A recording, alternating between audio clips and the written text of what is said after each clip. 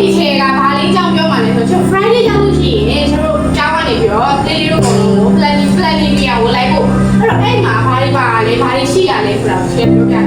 ဟုတ်ပြီနော်အဲ့တော့ချေတို့ဘာဟုတ်တယ်ဘာပြလိုက်လဲဆိုတော့အာဃာတပြလိုက်တယ်ဘာကြမှာအဲ့တော့အာဃာတပြလိုက်တယ်မှာဘာတွေရှိမှလဲသူတဲ့စလုံးလေးတွေကဘယ်လိုလေးရှိရလဲဆိုတော့ပြောပြဟုတ်ပြီနော်အရင်ဆုံးချေတို့ပထမဆုံးမြင်ရတာက solar asset ဆိုတာဘာဖြစ်တာလဲနေချက်တာလို့ခေါ်လဲဆိုတော့ solar asset လို့ခေါ်နောက်တစ်ခုက